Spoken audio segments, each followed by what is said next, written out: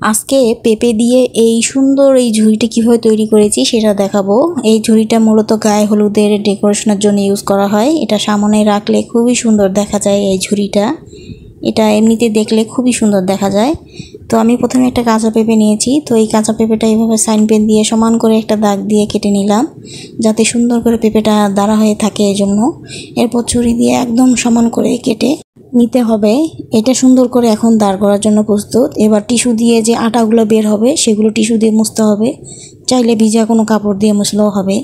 এরপর আমি যে নকশাটা দিব এটা হচ্ছে ময়ূরের নকশা।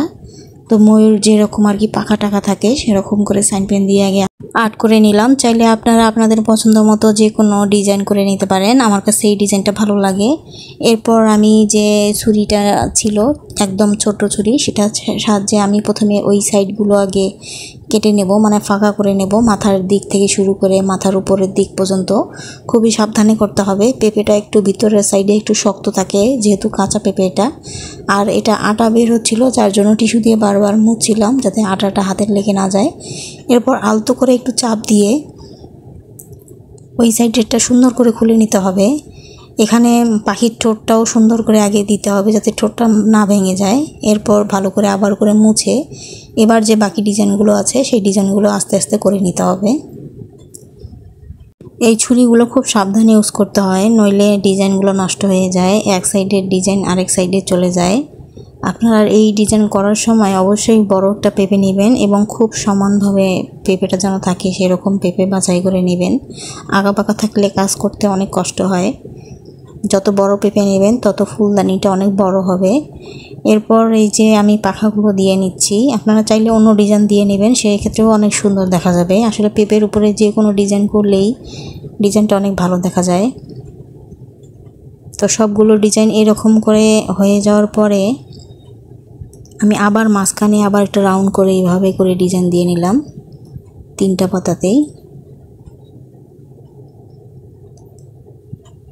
এবার আমি যে সাইডগুলো কেটে নিয়েছিলাম সেগুলো একদম গোল গোল করে কেটে নিতে হবে, একদম মসৃণ করে, যাতে এপাশ থেকে ওপাশে দেখা না যায়, এবং চিকন করে কেটে নিতে হবে। এরপর ভি ভি করে কেটে মানে পুরো সাইডটাই এরকম করে নকশা দিতে হবে যাতে দেখতে অনেক সুন্দর লাগে। একদম সমান রাখা যাবে না, তাহলে ভালো লাগবে না, এজন্য আমি এরকম করে দিয়ে নিয়েছি। আর মাথার দিকে প্রথমে চোখটা এরকম করে হালকা করে কেটে নিয়েছি চোখটা, আর মাথার দিকটাও সেম একইভাবে ভি শেপে করে নিয়েছি। আর এগুলো এই সাইডটা আমি সাদা রাখার জন্য বারবার এরকম করে তুলে দিচ্ছিলাম একটু একটু করে, যাতে দেখতে অনেক সুন্দর লাগে। আসলে ভিডিওটা অনেক লম্বা হওয়ার জন্য খুব দ্রুত আমি এই ভিডিওটা তৈরি করেছি। এই ভিডিও একটা করে এই জিনিসগুলো তৈরি করতে প্রায় 1 ঘন্টা 1.5 ঘন্টার মতো সময় লাগে। অতক্ষণ সময়ে আসলে ভিডিও রাখলে কেউ দেখতে যাবে না, আর যার জন্য আর কি ছোটো করে করা। এরপর আমি পেঁপের মাথার সাইডটা একটু কেটে নিয়েছি, আর পেঁপের গলার এই সাইডেও ভিভি করে নিলাম, এবং মাথার দিকটাও 2-3টা এভাবে ভিভি করে নিলাম, দেখতেও অনেক সুন্দর দেখা যাবে। ভি শেপ বা গোল শেপ যে কোনো শেপ দিলেই হবে। এরপর এই সাইডগুলো আমি এরকম করে দিয়ে নিলাম, এগুলো প্রথমের দিকে দিলেও হবে, আমি লাস্টের দিকে দিয়েছি। তো সব কিছু করার পরে মাথার দিকটা যে কেটেছি সে মাথার দিকের অংশ এবং নিচের দিকটা যে কেটেছিলাম তার যে অংশটুকু ছিল সেগুলো দিয়ে আমি ফুল তৈরি করব। এরকম করে কেটে নিয়ে ফুলের 5টা পাপড়ি বা 6টা পাপড়ি করে নিয়ে সুন্দর করে ডিজাইন করে ফুল তৈরি করা যায়। এই যে হয়ে গেল ফুল, এবং মাঝখানের যে অংশটুকু আছে এভাবে বাঁকা করে নিয়ে তারপরে আরও একটা দ্বিতীয় বাঁকা করলেই সুন্দর আরেকটা পাপড়ি হয়ে যায়। এই যে এরকম যতটা পাপড়ি আছে তার ভিতরে সেম একইভাবে অতটা পাপড়ি দেব। এই যে এটা এমনি দেখলে অনেক সুন্দর দেখা যায়, খুবই সুন্দর দেখা যায়। এরপর আমি বাহিরের দিকে যে অংশটুকু আছে তার দিকেও আমি আরেকটা পাপড়ি দিলাম, মোট 3টা পাপড়ি হলো এখানে। খুব সাবধানে করতে হবে, নইলে এপাশ থেকে ওপাশে ফুটো হয়ে যাবে। আর এই যে গোড়ার মাথার দিকটা যে পেঁপের ছিল সেটাও সেম একইভাবে অন্য ডিজাইনের একটা ফুল তৈরি করলাম, এই যে এরকম। আর এগুলো যে 2টা করে দাগ দিয়ে সুন্দর করে এভাবে কাটতে হবে।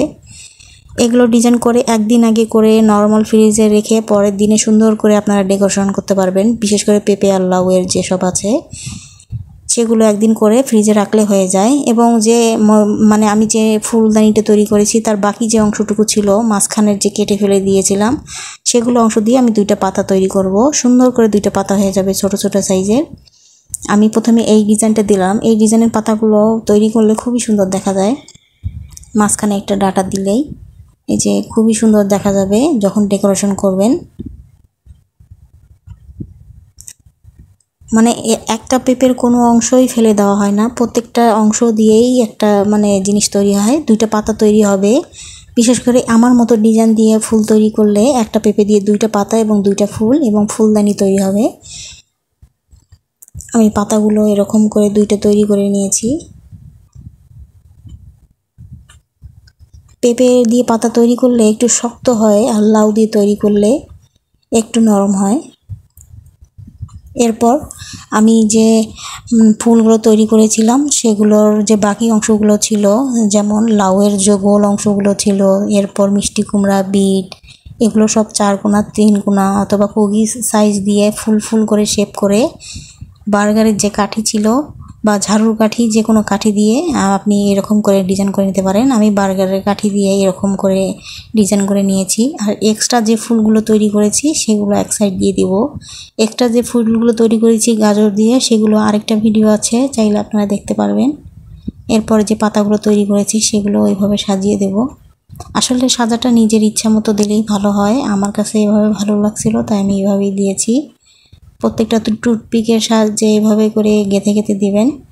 এটা দেখতে খুবই সুন্দর দেখা যায়, যদিও অনেক হিজিবিজি মনে হয়, কিন্তু এটা আসলে যখন একটা প্লেটের উপর সাজিয়ে কোণের সামনে যখন রাখবেন তখন দেখতে খুবই সুন্দর দেখা যায়। মূলত এগুলো ডেকোরেশনের জন্য একদম পারফেক্ট। এই যে হয়ে গেল আমার গায়ে হলুদের ডেকোরেশনের জন্য ফুলদানি।